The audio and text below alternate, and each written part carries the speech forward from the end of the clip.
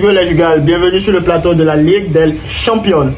Nous allons discuter un tout petit peu de la rencontre qui aura lieu dans quelques heures entre le PSG et le Borussia Dortmund. Sans plus tarder, nous allons faire un petit rétrospectif sur les événements de la semaine antérieure. Let's go! À Dortmund, Paris a pris le mur tant redouté. Et voilà le PSG dans une situation presque familière, dos au mur, avant le match retour. Nous, on est venu ici pour chercher cette victoire, on n'a pas pu. Es fútbol, muchas veces es maravilloso y otras veces sucede, pero bueno. Favoris de cette double confrontation, les Parisiens et leurs 4000 supporters espéraient prendre une option mercredi soir. Plan de Luis Enrique, presser la défense allemande pour gêner les premières relances. Ousmane Dembélé positionné dans l'axe pour neutraliser Emre Can. Problème, l'espace laissé sur les côtés, notamment à droite. Le latéral Ryerson bénéficie de beaucoup de liberté. Nuno Mendes est souvent esseulé face à Jadon Sancho, principale menace du début de match. Paris voulait avant tout éviter les longs ballons du Borussia, objectif tenu jusqu'à la 36e minute. Appel de Fulkrug, pas signalé en possession de hors-jeu, l'attaquant du Borussia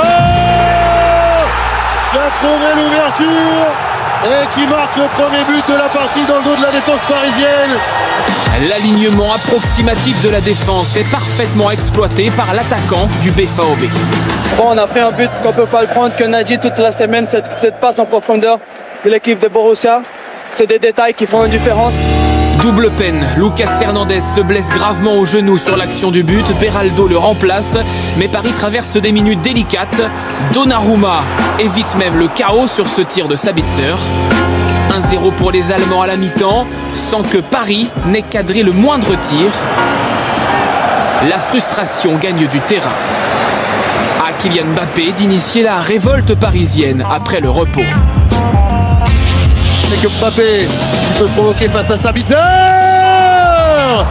et le poteau qui refuse l'égalisation à Paris. Mbappé la deuxième chance, contré Barcola et deuxième poteau pour les Parisiens qui sont maudits. Encore Mendes, quel maintenant.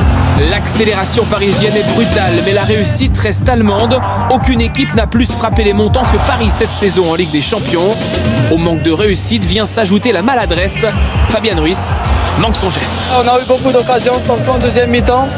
Des occasions claires qu'on ne peut pas les rater si on veut y aller en finale. Paris prend davantage de risques mais abandonne quelques espaces à Dortmund. Sancho donne le tournis à Nuno Mendes, mais pas de doublé pour Niklas Füllkrug.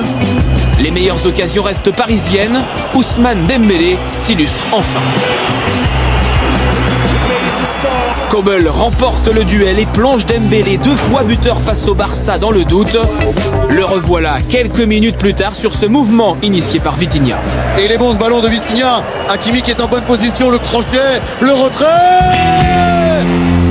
Fébrilité encore au moment de conclure. Le sang-froid de Gonçalo Ramos aurait pu apporter, mais le Portugais est resté sur le banc. La dernière occasion du match est pour Fabien Ruiz. Deuxième tête manquée par le milieu de terrain espagnol. Pas de héros à Paris, courte défaite 1-0. Au regret se mêle la conviction que tout est possible mardi. El vestuario está un poco down, como es normal, pero en París nosotros vamos a ser muy fuertes y no tenemos ya nada que perder.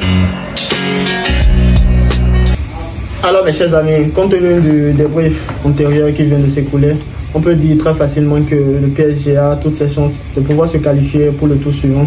Mais j'ai un petit penchant pour le Borussia Dortmund et je pense bien qu'ils seront assez solides défensivement pour pouvoir tenir la tête face à Kylian Mbappé et à tout son armée. Et puis ils obtiendront le billet pour la phase suivante. Donc nous disons à très bientôt et ciao.